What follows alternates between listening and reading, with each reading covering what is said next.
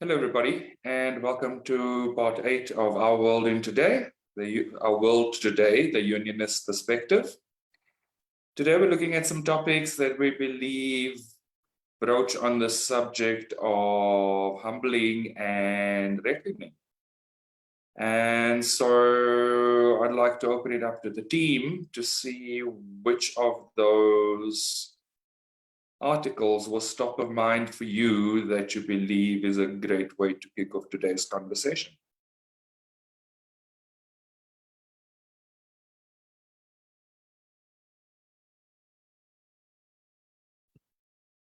Should we talk about Germany and the terrorist attack?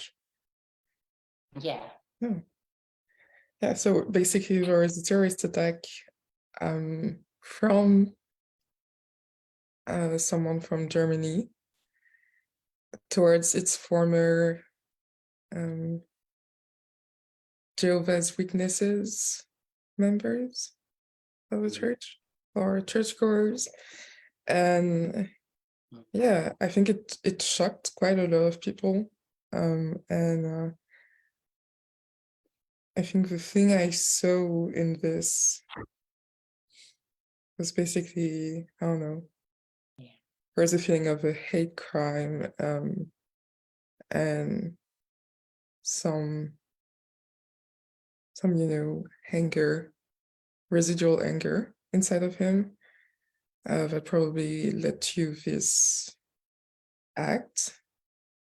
And yeah, I was just wondering, it feels like a lot of the articles and topics that we've discussed this week are like bubbling anger that suddenly explodes and makes people make a choice from fear, basically.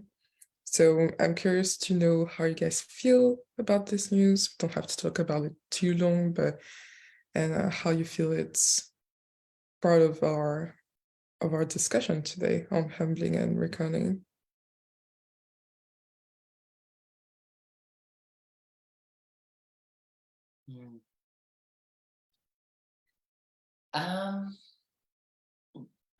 Yeah, I mean, it's kind of, the shooter was Jehovah's Witness too, right? Is that what, or former Jehovah's Witness? I think he was. What? I think the shooter, wasn't he Jehovah's Witness as well? He was a member and Yeah. then he left. Yeah, it seems like it. Yeah. Well, I feel like it's kind of, yeah, I don't know. I think in terms of like like humbling and reckoning and stuff, like with the other topics, I guess this one is kind of in a sense like that because it's bringing to the forefront issues of like, mental health and gun violence and also religious resentments, I guess, just like how people relate to religion or how religions relate to people. And I think it's just bringing all of those things to the forefront, and these types of things are like so much rarer in other countries, compared to like in the US. But I feel like it just shows that, it's not just limited to the US, the issue of, like people who commit acts of violence, with guns and stuff like that. But other than that, yeah, I don't know, because it seems like such a isolated incident, like just someone who had some sort of resentments toward their former, religious institution, and they chose to do that. I don't know. Yeah. I think something that stood out for me was that there's talk in the article of other incidents, but it feels like they've been very downplayed, so that this almost seems isolated. But if you look at the article, it seems like it happens more often than what we realize. So it's not publicized as much, which kind of stood out for me because there's a big component of them being registering more almost asylum seekers and people like that, and so it feels like as these religions intermingle, there seems to be more acts of violence, yet they are very downplayed, so that some of the things that possibly happened in 2019 and 2020, even I think 2021, are not publicized. Yet something that's now happened has been publicized, and it all seems like it's kind of almost this religious factionism, but also a little bit of mental instability. So yeah, I just feel like they've probably managed the narrative really well around making people assume that Germany is a much more inclusive society and culture. And now that we read it, it feels like some of that inclusivity is a little bit farcically played out. So it's made to sound better than it is. They have been made to sound as if they're more accepting than what is happening when you have this religious zealotism almost happening. Mhm. That's what I was trying to put my finger on as we started. I was like, but it's not the first time it's happened. Like, if you look at the news and how it's displayed in France, for example, because it's our neighbor, we've seen several terrorist attacks in the few years in Germany. And I guess they all seemed like they were sparse or maybe well managed, because like you don't expect maybe a country like Germany to have so much issues around that maybe. And I don't know if it's the case for Germany, but in France we have a tendency to say like, oh, this type of violence, for example, we had several attacks and murders in schools this year, and the discourse was to say that, oh, this only happens in the US, like we mustn't become violent like the US, as if it was something that was very sparse and not a pattern. But maybe there is a refusal to look at a pattern that then blows up in your face, and maybe that's how it relates to all the components of our discussion today. And yeah, so I think Western Europe must be really, really attentive to its patterns and must be aware that it's not just outside, like it can happen here too. And it can happen in every religion, it can happen for any reason, because all these things that we heard in France and Germany were not necessarily related, and except for the fact that there were still acts of violence perpetrated towards like several people and a targeted community.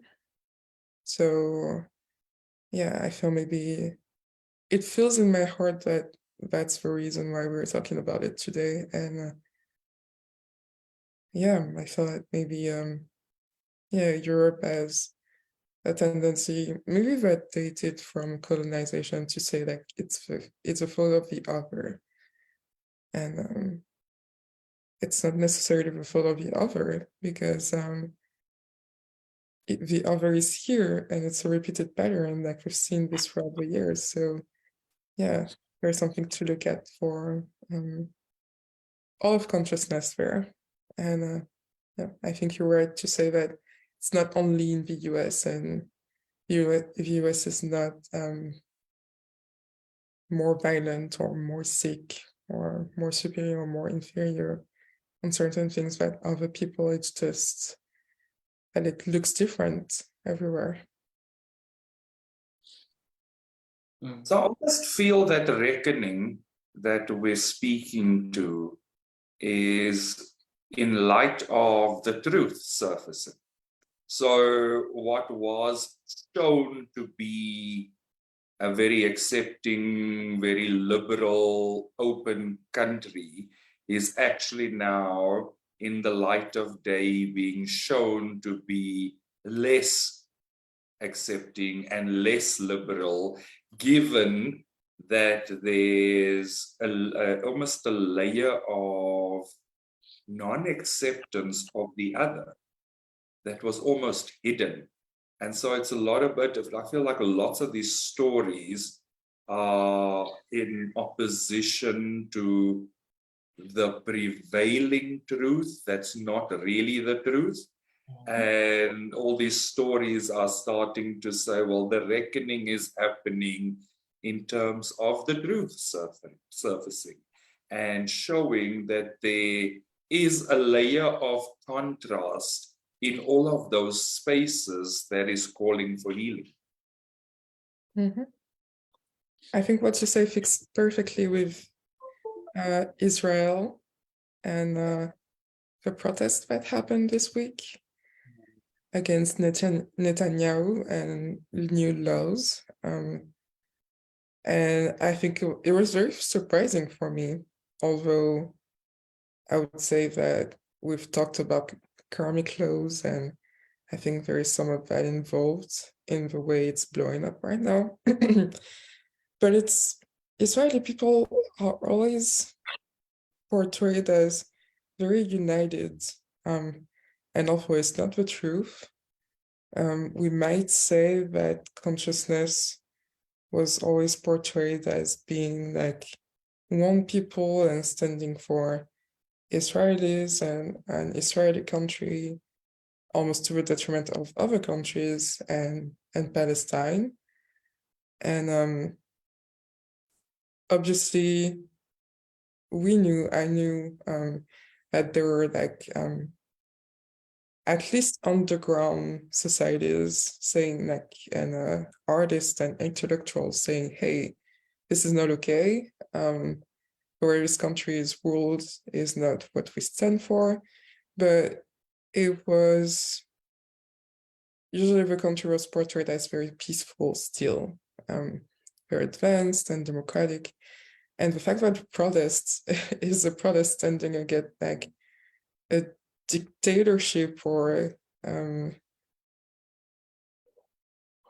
governing a country as a corporation almost is like saying, hey, Israeli people are not feeling it at all. Like they're not seeing the democracy, or they have some things to say about it. It's not as the government portrayed it.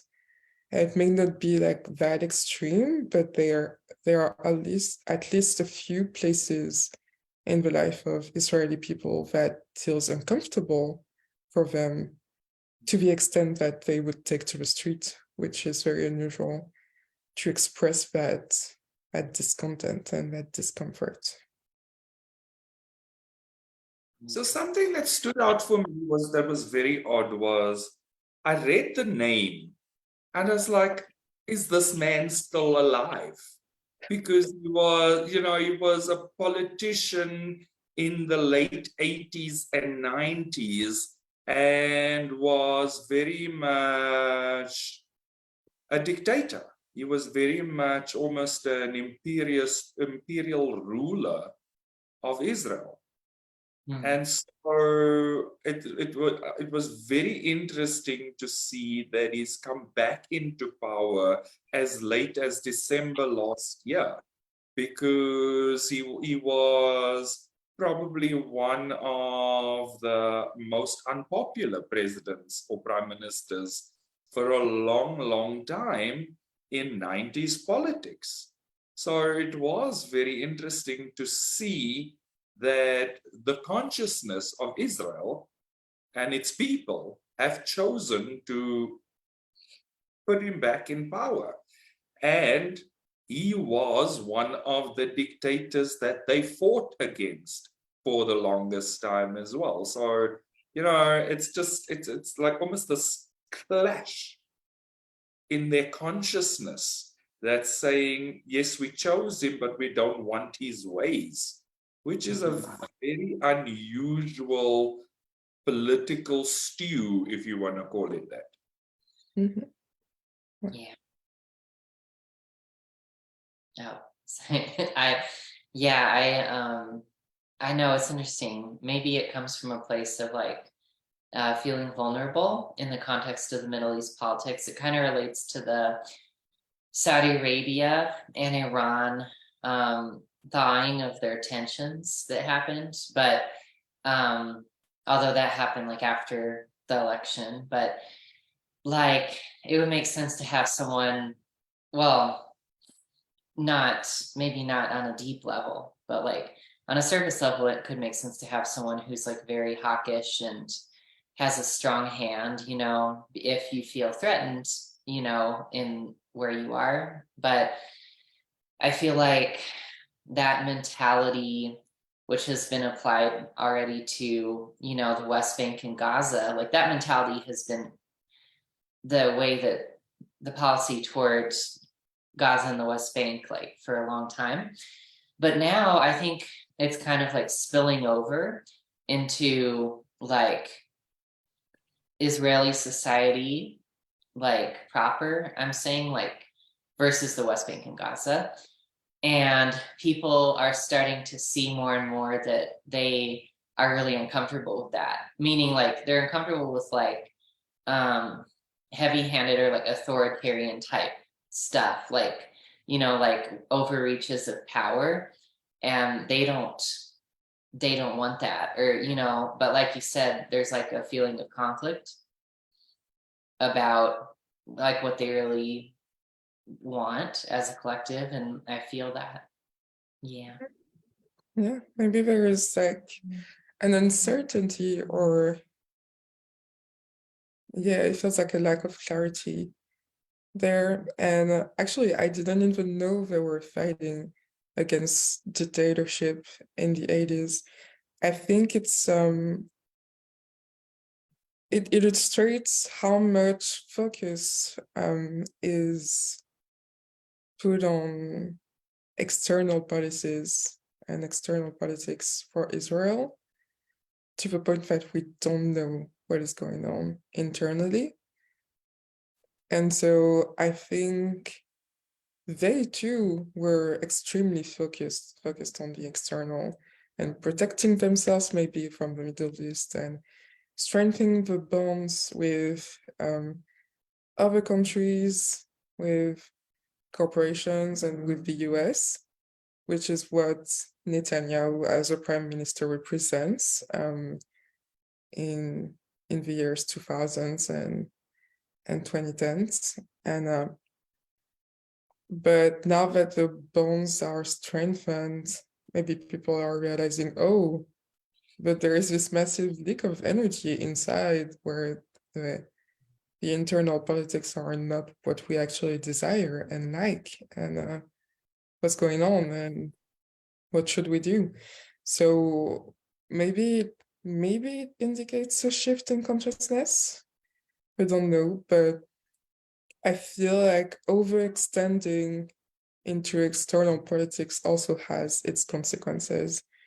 And a few countries have done that or are doing that. And I think we're realizing that people, they just want peace, and also they want like security and freedom for themselves. So it's not it should be internal first, which is funny because it's a spiritual law. But yeah, I think people are now realizing how much they want internal first, and how much they want their power inside first, not to go outside to seek it or to have relationships with others.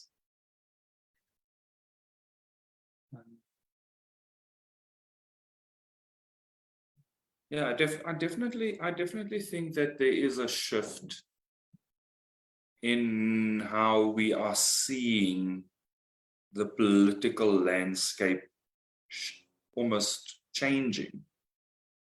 And it's literally changing in real time. And I think, it goes back to our previous conversations in that deep desire that is in consciousness for stability.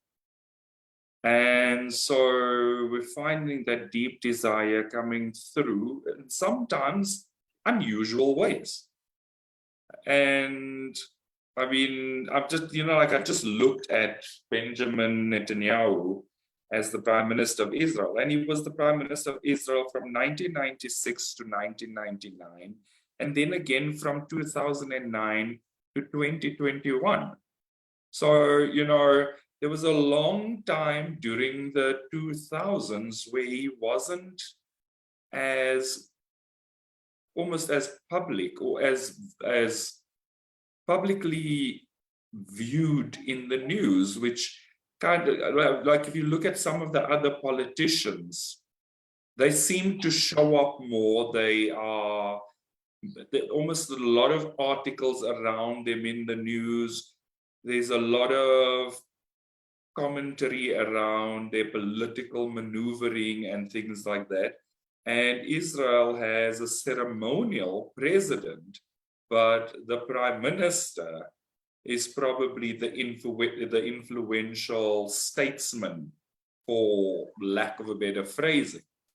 And to then look at it and go, well, this person hasn't really been internationally vocal in any sense of leadership for such a long time. You have to wonder what has happened that is becoming so almost notorious with his decision to reform the judiciary and to limit its power in a sense. And one of the things that came through in the article was that he is up under criminal charges himself, and that this reform might just make those criminal charges go away, because the judiciary's power is taken away to an extent. So, it's a power play inside a country where he stands to gain something from the decision that he's making, but it takes away from the rule of law for the people of the country. So again, there's this almost superficial, or just below this, not even superficial, it's below the surface.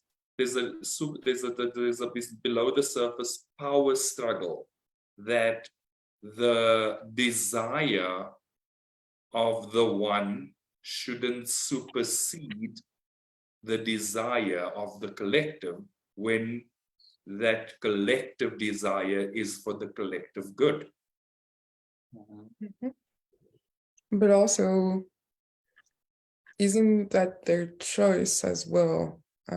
Let's go back to karmic laws. Like, you are doing to your brother, what you do to your brother is what you do to yourself. And we've seen already with Germany that it's not always outside, it's also inside that sometimes things happen, and we have to look at these patterns in the face. So they chose a certain in consciousness, maybe not consciously for everyone, but probably consciously for some people, seeing as they sometimes talk about the Middle East and Palestine. In a certain place, they chose to almost do harm to their brother, and but like, yeah, I don't know. The leader that does harm to their brother is also their leader, so it's just playing out the patterns in the same ways for himself. And maybe he probably wants the greater good. He says he wants the greater good of Israel, but his choice to reform the judiciary, it feels like it's finally time for the truth. Like it's time to see the truth, but it says otherwise, and we're finally seeing that, and we can't deny it anymore or turn a blind eye on his core choice. And I hope that it can be a point of refocusing on what matters for Israeli people. And Yeah, I agree with you, but I also think there's a strong move amongst the Israeli people, and specifically the bigger protesting lot, that there's a strong move to stand up to tyranny, to stand up to a government that believes it is omnipotent. And also these protests are coming off the back of a slowing economy.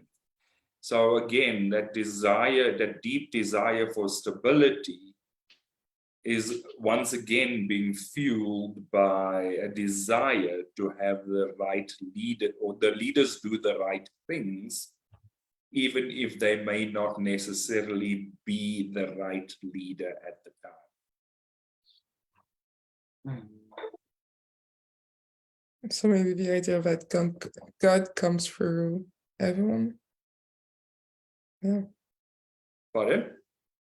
So the idea that God comes through everyone, is that it? Is that what you were saying? No. So I'm saying that there's a big part of the society, the Israeli society, that's protesting against his intent to reform the judiciary. And so it's literally this deep desire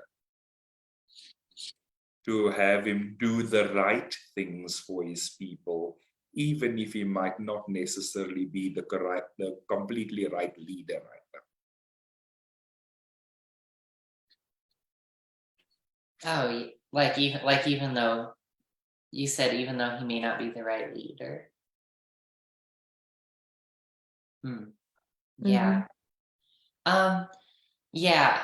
Well, I think I know what you mean. Like in electing him, the society as a whole asked for one thing, and they kind of overall professed to like want and agree with what he stood for. But now they're saying actually we're just reconsidering that, like, because we're seeing it for what it is. We're seeing it more clearly, and we're kind of like, actually, I really don't want this. Can you please, if you're our representative, can you please back off from this? That's what you're saying. Definitely choice Okay. to choose like what they really want. Yeah. It's an opportunity to make that choice of what do you actually want, you know. Yeah, and so Like a twin sometimes we flame. learn through the contrast. Sometimes we have to, we're not at all times, but sometimes we actually need to experience the contrast to understand what it is that we do not want. So, and understand what it is that we do want, and then to make the choice in line with what we really do want. But sometimes we have to actually first see it play out in order to make the best new core choice. Kind of feels like a false twin flame relationship. Yeah. Yeah. It even sounds like one, doesn't it? It does. Actually, it does. Like, yeah. I don't know. Feels like it's the right one until it's revealed otherwise. Well, then Israel has been in a false twin flame relationship for about 15 years. Well, time isn't real, so You take the time that you need. It's yeah. worth it, like the journey that comes in the end, the lessons. So should we move to their neighbors, Saudi Arabia and Iran? Yes. Yeah, it's interesting what's happening because they've had this, Saudi Arabia and Iran have created this diplomatic agreement to have a détente, a thaw in their conflict, and they've had this for so long.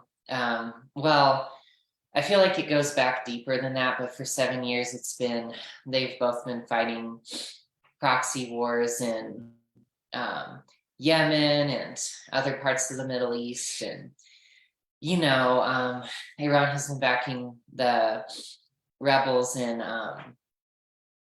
Yemen and Saudi Arabia, the Houthi rebels and stuff like that. And it's just been this whole power struggle. But now, finally, they're agreeing to stop doing that. And China is the one that brokered the deal, which I thought was really interesting. Yeah.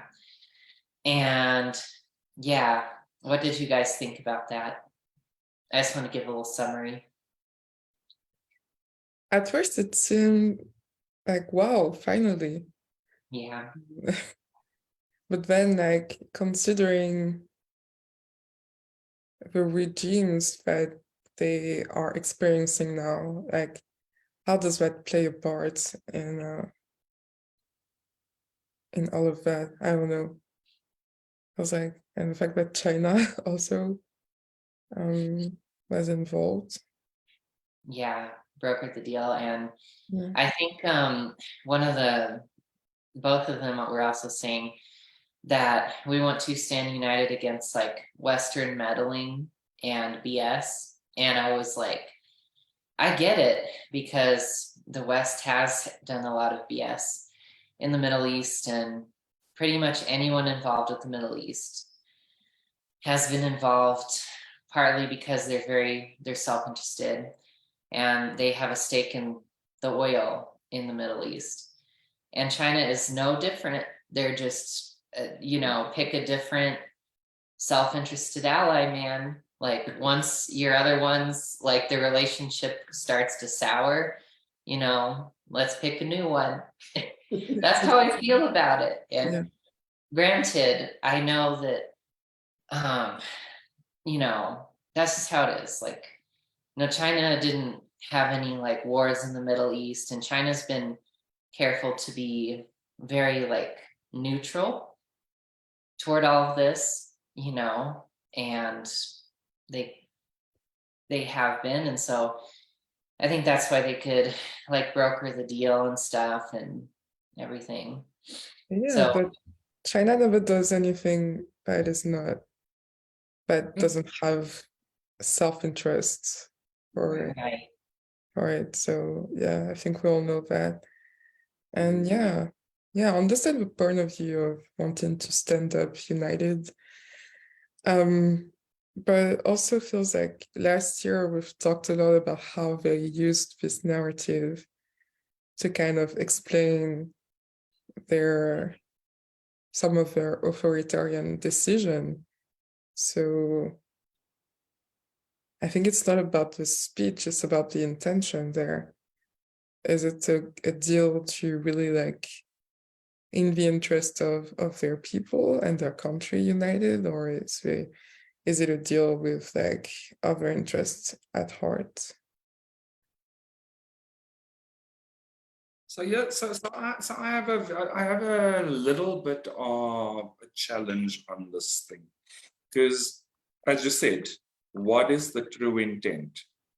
And if we consider that there is never really any country that altruistically does something. They will do things majorly for altruistic reasons, backed by some economic reasons. And if we look at the world economy slowing down, it makes sense to have the oil rich as your alliance. And if we look at it in that sense, China's bubble has been bursting progressively for the last 18 months, with banks going under curatorship and all sorts of other things, the property market slowing down,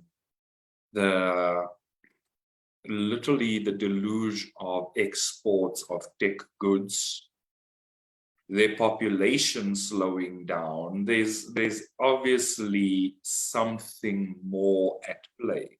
So yes, it's great that they're trying to help broker peace in the Middle East. I mean, peace in the Middle East has also been a concept we've heard at length for probably the last 15 to 20 years. And it's always a tenuous peace. So the involvement of China does feel like it's fueled by an intention other than brokering peace in the Middle East. And if we look at the global economy that we're living in, we see economic strain across almost every single nation in the world. So the resources that garner finances just so happen to be oil. They happen to be oil right now. There's a big fight to clean up the environment, to stop offshore fracking and all sorts of other things. But we need to understand the economy that we're living in and what's actually driving some of the intent. And we have to ask ourselves, if we look at the core of this and feel into the truth of it, does it feel like an altruistic move? And to me, it doesn't. Yeah. I mean, that's not to say that, like, you know, I think countries can do something and it benefits them greatly, but it was also the right thing to do, and that's okay. You know, I think that's really good. But yeah, but I think that with this one, it feels more like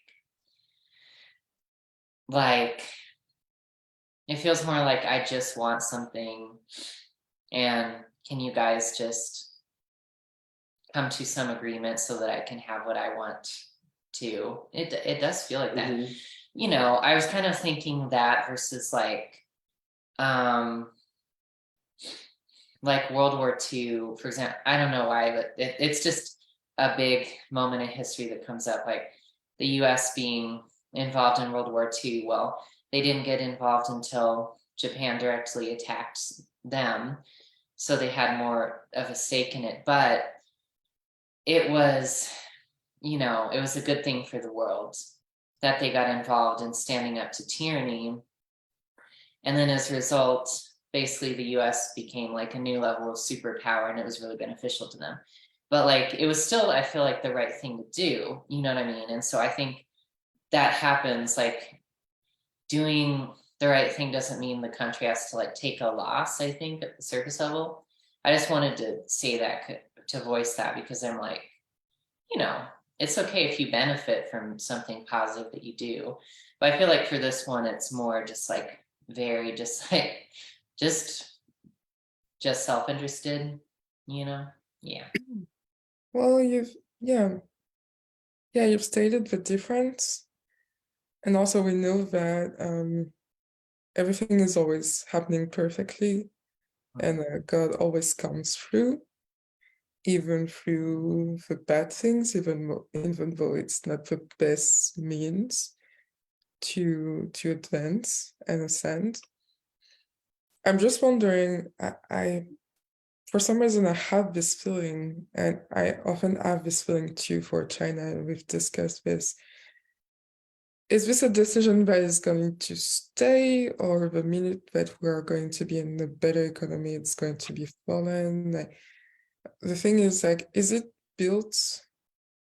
Is it a decision that needs a deep foundation? And if it needs a deep foundation, even if it's just energetically or spiritually, is it built on a good foundation? Otherwise, it's going to crumble one way or another as soon as the self-interest is over. But I don't have the answers to that. It just feels like it in my heart, and I feel it's too bad because it's tainting what I feel is a pretty good decision, as you said. But yeah, it's just tainting it. But we'll see. I don't think it'll be the last that we'll hear of this. So I think we'll have a time to discover how this plays out and why this decision was made at this moment in time. Yeah, it's definitely interesting, and I mean it's also interesting that at the time when they are starting to try and encourage their birth rate, that they're also focusing offshore from an economic point of view, because again, I feel it's very economically fueled, and in fueling it economically, there's an opportunity for the country to prosper economically in a global economy that's slowing down. And we have been on the brink of a global recession for probably 12 to 18 months. It doesn't seem to be slowing down. And that's why we see this rise in interest rates across so many industries that has, in the end, impacted large amounts of employee layoffs. But then you take it back to China, and their policies of curtailing population growth have backfired. And so now they are trying to encourage the growth in the population by relaxing some of the marriage practices that may appear to be archaic, but have been so entrenched in the culture for so long. Yeah, it's cool to think about, because you know, one interesting thing that I thought was just that I just wanted to throw out there that I noticed, because I spent time studying like Russia too in its Soviet period. Something common between China and Russia was that the communist governments wanted to kind of suppress or stamp out some aspects of traditional culture, you know, and I think it's still happening in China, like with its Communist Party, is that it sees economically thriving and modern advancement requires like breaking away from that traditional culture. And the Soviet Union, it's just interesting that they have that commonality. Like with the Soviet Union, it was like Christianity was the big one, and there were some other folk traditions that they also tried to get Russians not to drink as much vodka because they wanted to increase productivity. And okay, let's just say that probably wasn't very successful. Come on, It didn't work. Russian government versus vodka consumption, that's never gonna work. But I mean, not with the strategy they were using. I just want to throw that in. But like now they're trying to the communism as seen in China, trying to be like, we need to like move on from these traditional practices of like a dowry, you know, from the man and his family. And I was like, yeah, what is that about? That's so interesting, you know. Anyway, not sure if that's related to anything. So. No, that's funny. I like I like that, and I think it illustrates the point very well. I just feel like I remember when Jeff and Shaleia went to Sedona in the beginning of 2021, before Romance in Sedona. They were visiting like Native American sites, and they said that the biggest healing for cultures like is understanding their strong points, where they fail. And I think a lot of cultures have a tendency to want to change and revolutionize by either suppressing the culture that was there or going back to it, because going back to the past is going back to a better time, maybe, probably in times of crisis. And we've seen that play out basically all the time since like the end of the 18th century. So I feel like it's time to shift the consciousness and say like a culture is really strong when it accepts all it accepts itself as a whole and knows how to change and evolve inside of that, because that's what God is, that's what the universe is, like perfect and stable and still evolving. And so there's a big healing there, and like you don't need to deny yourself anything, but you do need to, even though you stay in the traditions and culture, there's still a place for change inside of it. So it's about finding balance, because what I see all throughout these things is that the lack of balance, there's so many choices where I say like, oh, it's exceedingly good, so we're going to go like 200% that way.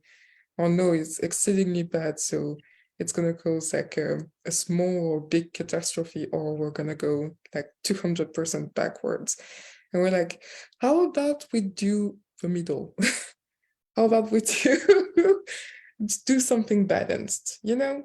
I think it mentally and spiritually, it will be much more healthy for people, because it puts a strain on everyone, and it has for consequences that there are such violent reactions for or against policies and cultures and changes and governments.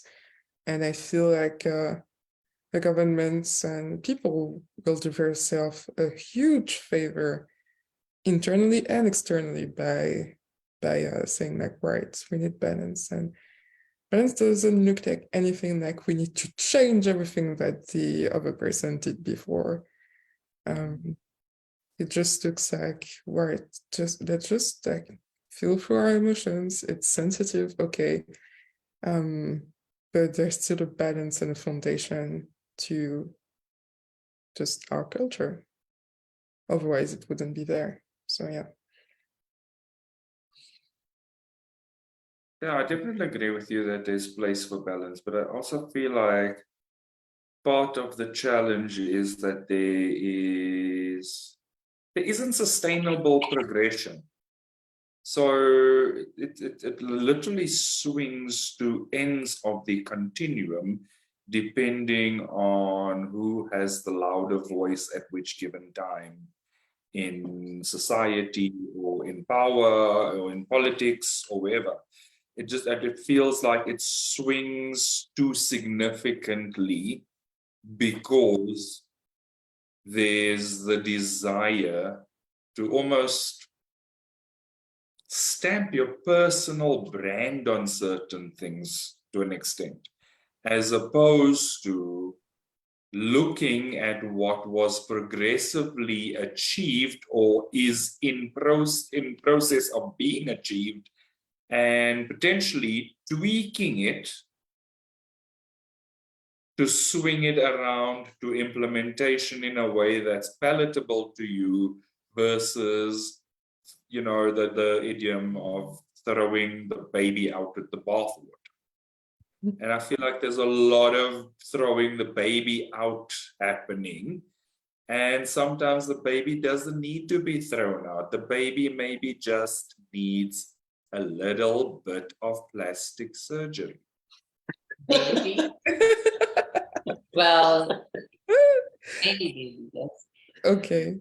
Maybe you have to develop. You know, you can't. Maybe need a little bit of nurturing, caring, Yeah. rent, regime, foods. Or that, or Yeah. that, some I know. better nutrition, some cleaner clothes, to hang the baby on the washing line to dry it out. You can towel it dry. Oh, stop. Yeah. Well, I think that, yeah, I like to see that in terms of you see what's already, acknowledge what's positive about what's already there. Mhm. Like, like instead what the government of China could do is they could acknowledge the reasoning and the values that are behind that, the marriage practices like the dowry, they want financial stability and they value like, I don't know, supporting women, I guess, supporting the feminine and making sure that they are valued properly, making sure that the woman is valued properly. And like that's obviously like not the only way to do that, to like have a dowry that the man's family provides, but Yeah, but we're just taking a response to what is lacking. And to acknowledge that would be to acknowledge that China hasn't been completely respecting her people's finances and trusts for so many years. So we're searching for it in many different ways that the government doesn't want because it wants to control everything. So it's like a vicious cycle. So yeah. Yeah. That's true. That is the thing. That's that cycle of control is what the challenge is. The challenge isn't around the traditional practices of bridal gifting and stuff. The challenge is that they literally almost enforced they literally enforced a one-child policy for so long that their population growth has slowed down, as opposed to reviewing the efficacy of that policy probably 5 years ago or 10 years ago, as opposed to having kept it in place for 20 years. So it's the moderation of looking at whether things are still fit for purpose. Culturally, changing the gifting practice might not actually improve the marriage rate, which supposedly will improve the birth rate. Because the fact of the matter is there are so many other nuances right now. Younger people are having children later. Older people are having fewer children. The society has been so suppressed in terms of their personal wants that it's almost become a lifestyle. And now you're trying to shift people's perspective on their lifestyle. And maybe that policy should have been relaxed a longer while ago to actually allow people to make the mental and spiritual and emotional adjustment that would have been necessary to shift that swing of a declining birth rate. It's kind of, again, it's that extremes thing that Eurene was talking to, that you go from one thing to the other. From one-child policy, they could have relaxed it in certain places where the birth rate was lower.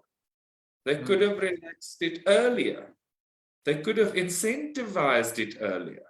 To incentivize it now when it's already so low doesn't mean it's going to have an upswing tomorrow. Like, it's the economics of demand. in an economy like this, regardless of whether somebody's incentivized to have a child, can they actually afford to have a child right now? Yeah, that's a very good question. Yeah, because they probably built all of their lives' economies on the sentiment of just having one child or not even a child at all. So yeah, that's a very good point. Even more so in a recession and crisis. It's funny that everything that we've talked about made me think of big corporation, like how they try to swing left and right to overcompensate economic decisions, like for example, hiring many people or like letting them go in mass instead of having that moderation from time to time, or having that moderation on their finances too and decisions, or having that shift in management and the newer management wanted to prove something and going too extreme in wanted to prove something. And so I wonder, it's funny how you see that even at smaller scales, and I wonder if that's what happened also, that too extreme decisions instead of having like moderation in our life. I wonder if that happens too with the Silicon Valley Bank. I know we're like almost at the end of the discussion, but like we don't have a lot of information on it, but it feels like, I don't know, I've worked in a few companies and it feels like there's so much. Sorry, both of our lower backs need Yeah, no problem. It feels like there's so much like imbalance. Like I think almost management should have some healing sessions around taking measured, very thought through decisions, because sometimes it seems so extreme. And so even in big corporation, you can see decisions made on short-term economical results that don't even make sense. And I think that's how we can see banks failing so hard sometimes. But I don't know how this happened for them. But seeing as what we talked about tonight, today, and how we see the parallels with other topics, it feels like it may have been involved too. Yeah.